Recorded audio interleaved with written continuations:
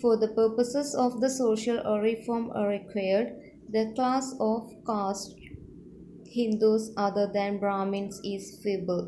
If we are to avoid its help, we should fall into the difficulties that the farmer faced who depended on his neighbor's help for his harvesting. As in the story of the mother luck and her chicks found in many textbooks.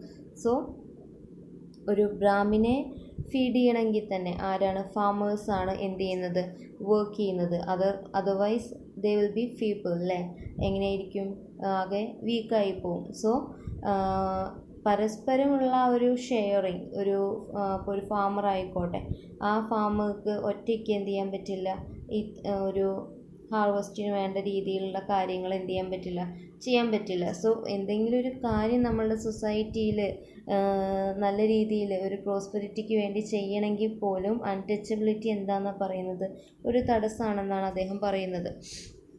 The task of removing untouchability and establishing equality that we have undertaken, we must carry out ourselves.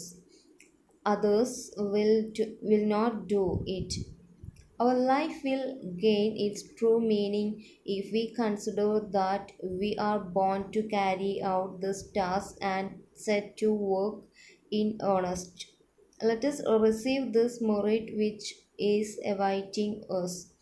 So, ഈ ഒരു untouchability remove ചെയ്യുക എന്ന് പറയുന്നത് അതുപോലെ തന്നെ equality എന്ത് ചെയ്യുക നേടുക എന്ന് പറയുന്നത് എന്ത് ചെയ്യേണ്ടതാണ് നമ്മളാണ് അതിന് വേണ്ട കാര്യങ്ങൾ എന്ത് ചെയ്യേണ്ടത് നേരത്തെ പറഞ്ഞ പോലെ ഒരിക്കലും ഒരു അപ്പർ ക്ലാസ്സിലുള്ള ജനവിഭാഗം എന്ത് ചെയ്യില്ല നമ്മളോട് വന്നിട്ട് ഇങ്ങോട്ട് പറയില്ല നാളെ തൊട്ട് നമ്മളെല്ലാവരും തുല്യരാണ് സോഷ്യലിസമാണ് ഇനി മുതൽ നടപ്പാക്കാൻ പോകുന്നത് എന്ന അങ്ങനെ ഒരു കാര്യം നമ്മൾ എന്ത് ചെയ്യില്ല അവരിൽ നിന്നും കേൾക്കില്ല. സോ നമുക്ക് നമ്മളുടെ ഒരു ലൈഫിൻ്റെ ട്രൂ മീനിങ് അറിയണം എന്നുണ്ടെങ്കിൽ അല്ലെങ്കിൽ നമ്മൾ എന്ത് ചെയ്യണം നമുക്ക് വർക്ക് ചെയ്യാൻ കഴിയണം നമ്മളുടേതായിട്ടുള്ള എബിലിറ്റീസ് എന്തൊക്കെയാണ് നമ്മൾ തിരിച്ചറിയണം. So this is a struggle in order to arise ourselves, hence we are bound to undertake it. So as to remove the obstacles to our progress, we all existence. We know that at one time our people were recruited in large numbers into the troops. It was a kind of occupation socially assigned to us, and few of us needed to be anxious about earning our bread.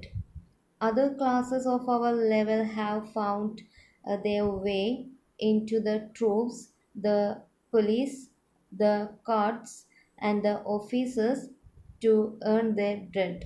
But in the same areas of employment, you will no longer find the untouchable. So, earning bread എന്ന് പറയുന്നത് ഓരോ വ്യക്തിക്കും ആവശ്യമായിട്ടുള്ളൊരു കാര്യമാണ്. So ഇവിടെ ഉയർന്ന ജാതിയിലുള്ളവരാണ് എവിടെ വരുന്നത് ഓരോ സ്ഥാനങ്ങളിലും വരുന്നത് അല്ലേ. സോ അതിനെക്കുറിച്ചിട്ടുള്ള കാര്യമാണ് എന്ത് ചെയ്യുന്നത് അദ്ദേഹം പറയുന്നത്. It is not that the law debars us from these jobs. Everything is permissible as far the law is concerned. But the government finds itself powerless because other Hindus consider us untouchables and look down upon us. And it accuses in our being kept out of government jobs.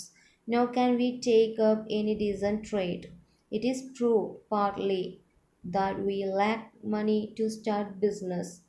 But the real difficulty is that people regard us as untouchables and no one will accept goods from our hands. So, human being as A human being untouchable ആവുമ്പോൾ ഉണ്ടാവുന്ന അവരുടെ ബുദ്ധിമുട്ടുകളാണ് ഓർമ്മിപ്പിക്കുന്നത്. ഇപ്പം നമ്മൾ സൈലൻ്റായി ഇരുന്ന് കഴിഞ്ഞാൽ എന്ത് ചെയ്യില്ല ഒരിക്കലും ആ ഒരു അൺടച്ചബിൾ എന്നുള്ള ലേബലിന് നമുക്ക് ഓവർകം ചെയ്യാൻ പറ്റില്ല.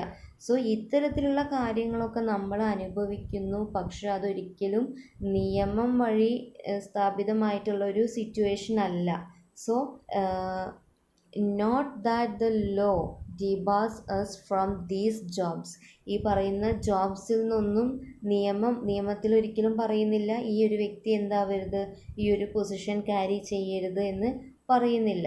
സോ എല്ലാം പെർമിസിബിൾ ആണ്. പക്ഷെ എന്ത് ചെയ്യാണ്, ഈ ഒരു അപ്പർ ക്ലാസ്സിൻ്റെ ആ ഒരു അതോറിറ്റി എന്ത് ചെയ്യാണ്, അവർ യൂസ് ചെയ്യുകയാണ്. ഈവൻ നമ്മളൊരു ജോബില്ല, ഇനിയിപ്പോൾ നമ്മൾ എന്ത് ചെയ്യാണ്, ഒരു ബിസിനസ് തുടങ്ങുകയാണ്. സോ ആ ബിസിനസ് തുടങ്ങാൻ നമ്മളുടെ കയ്യിൽ ക്യാഷ് എവിടുന്ന, അതില്ല. ഇനി അഥവാ നമ്മളെങ്ങനെയാലും തുടങ്ങിക്കഴിഞ്ഞാൽ അൺടച്ചബിൾ ആയിട്ടുള്ള നമ്മൾ വിൽക്കുന്ന സാധനങ്ങൾ ആരാണ് മേടിക്കുക?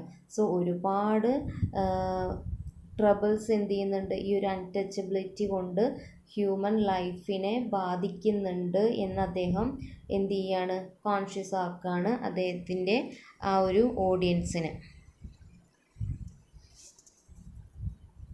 To sum up, untouchability is not a simple matter. It is the mother of all our poverty and lowliness, and it has brought us to the abject state we are in today.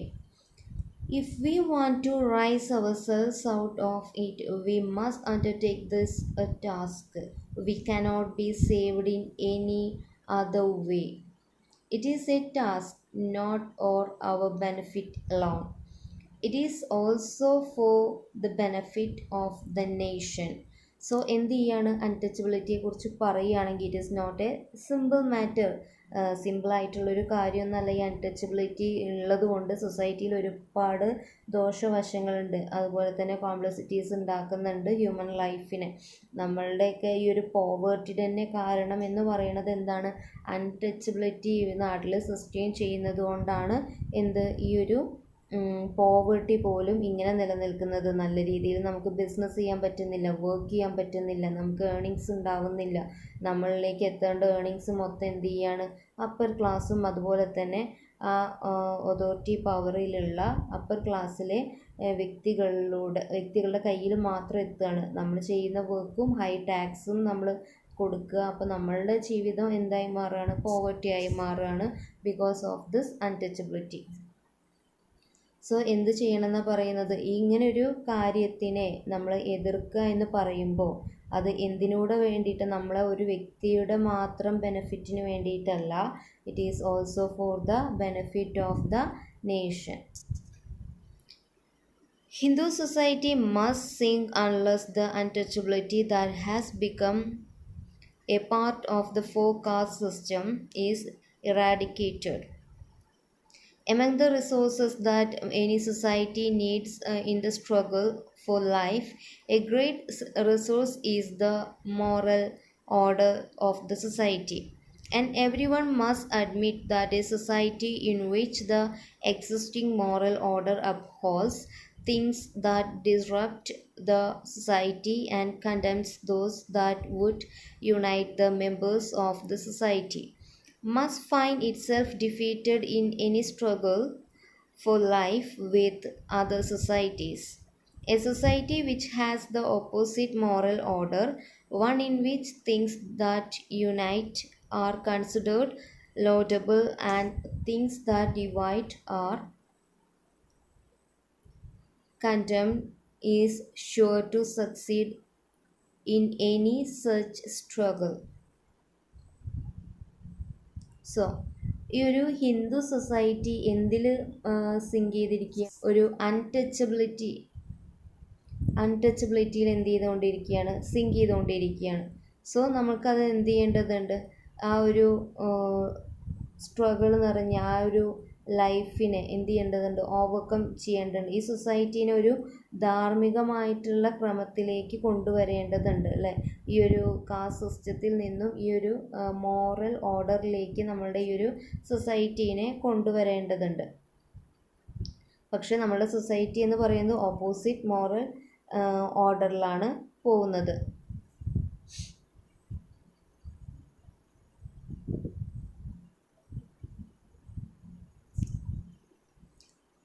This principle must be applied to Hindu society. It is any wonder that it meets defeat at every turn when it upholds a social order that fragments its members, though it is plain to anyone who sees is that the four-caste system is such a derisive force that a single caste for all would unite society.